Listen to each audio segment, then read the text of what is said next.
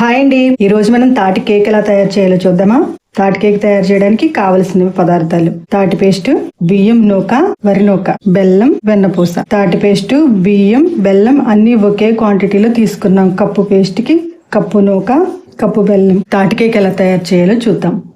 ముందుగా వరి నూక గిన్నెలో తీసుకుని తడిపి పక్కన పెట్టుకుందాం. 1 కప్పు నూక తీసుకున్నాను.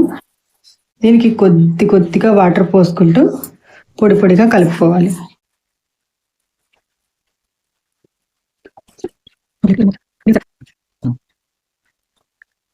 ఇలా తడిపిన నూకని ఒక అరగంట పక్కన పెట్టుకుందాం. నూక అరగంట నానితే పలుకు లేకుండా బాగా ఉడుకుతుంది. నూక వద్దు నీళ్లు పోసుకోకుండా ఇలా సమానంగా నూక తడిసేటట్టు తడుపుకుని ఒక పక్కన పెట్టుకోవాలి. అరగంట సేపు పక్కన ఉంచితే నూక బాగా నాని ఉంటుంది. నూక కలుపుకుని పక్కన పెట్టుకున్నాం కదా. అరగంట తర్వాత కేక్కి కలుపుకుందాం. ముందుగా మనం తడిపి పెట్టుకున్న నూక వేసుకుని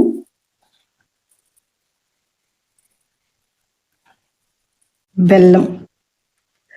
ఇక్కడ ఈ తాటి పేస్ట్ కొంచెం చప్పగా ఉన్నందున నేను కప్పు పూర్తిగా తీసుకుంటున్నాను. తీయగా ఉంటే కొంచెం తగ్గించి వేసుకోవచ్చు.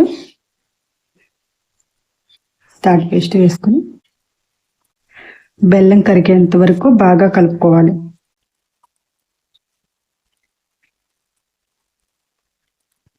ఇలా బెల్లం అంతా బాగా కరిగేంత వరకు బాగా కలిపిన తర్వాత దీన్ని మనం 2 గంటలు పక్కన నాననివ్వాలి.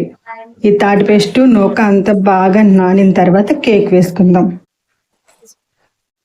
2 గంటలు ఇలా బాగా నానిన తర్వాత కొద్దిగా వెన్నపూస వేసుకోవాలి.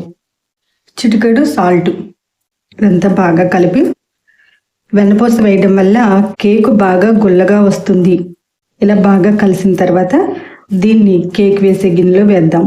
కేక్ వేసుకోవడానికి సరిపడగా ఇలాంటి ఒక గిన్నె తీసుకుని ఇందులో కొద్దిగా ఆయిల్ వేసి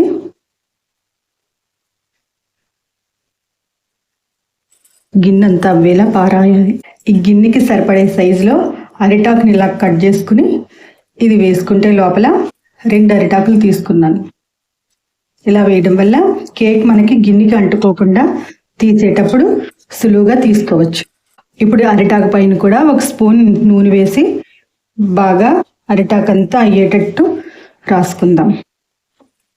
ఇలా బాగా ఆయిల్ రాసుకున్న తర్వాత ఈ కేక్ మిశ్రమాన్ని అంతా ఇందులో వేసుకుందాం.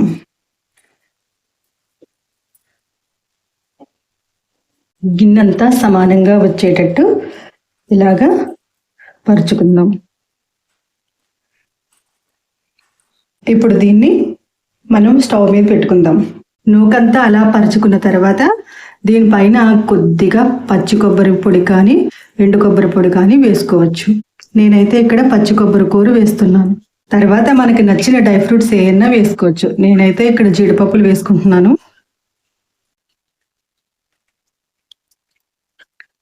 ఇలా జీడిపప్పులన్నీ వేసుకున్న తర్వాత ఇప్పుడు దీన్ని మనం గ్యాస్ స్టవ్ మీద పెట్టుకుందాం. ఇప్పుడు ఇలాంటి ఒక దలసరి గిన్నె తీసుకుని దాని లోపల ఇలాంటి ఒక స్టాండ్ కానీ ఒక ప్లేట్ కానీ ఏదైనా పెట్టి దీన్ని ముందే హీట్ చేసి పెట్టుకోవాలి. ఇప్పుడు ఇందులో మన కేక్ మిశ్రమం పెట్టుకుందాం. దీనికి సరిపడగా మూత పెట్టి సిమ్లో 1:15 నుంచి గంట వరకు ఉంచుదాం. మనం ఈ కేక్ పెట్టి అప్పుడే గంట అవుతుందండి. ఉడికిందో లేదో ఒకసారి చూద్దాం. ఇలా ఒక టూత్ పిక్ తీసుకుని అంటుకోకుండా ఉంది కదా, ఇది ఉడికిపోయినట్టే. ఇప్పుడు స్టవ్ ఆఫ్ చేసి ఒక 10 నిమిషాలు బాగా చల్లారిన తర్వాత బయటకు తీద్దాం. కేక్ ఇలా చల్లారిన తర్వాత మనం ఇది ఒక ప్లేట్లోకి తీసుకుందాం. చాక్ తోటి సైడ్లు కొద్దిగా ఇలాగా లూజ్ చేసుకుని దీన్ని ఈజీగా విరిగిపోకుండా ఇలా ఇది లోపలికి వెళ్ళేలా ఒక చిన్న ప్లేట్ తీసుకుని జాగ్రత్తగా తిప్పుదాం. చూసారా మన కేక్ ఎంత బాగా వచ్చిందో. అడుగును కూడా ఇలా ఉంటుంది. మనం అరిటాకు వేయడం వల్ల ఎక్కడ మాడకుండా ఇలా వస్తుంది. ఇప్పుడు దీన్ని మనం సర్వింగ్ బౌల్లోకి తీసుకున్నాం. ఇలా వచ్చిందండి. కేక్ ఎలా ఉడికిందో కట్ చేసి చూద్దాం.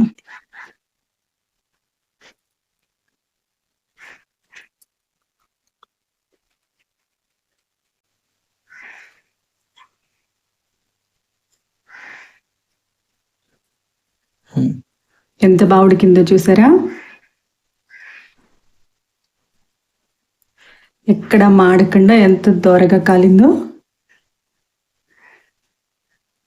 స్టవ్ సిమ్లో ఉంచి మాత్రమే కేక్ మనం కాల్చుకోవాలి. తాటి పండుతో మీరు కూడా ఇలా కేక్ తయారు చేసుకుని ఎలా ఉందో కామెంట్ చేయండి. మా వీడియో మీకు నచ్చినట్టయితే లైక్ చేయండి, మా ఛానల్ సబ్స్క్రైబ్ చేసుకోండి.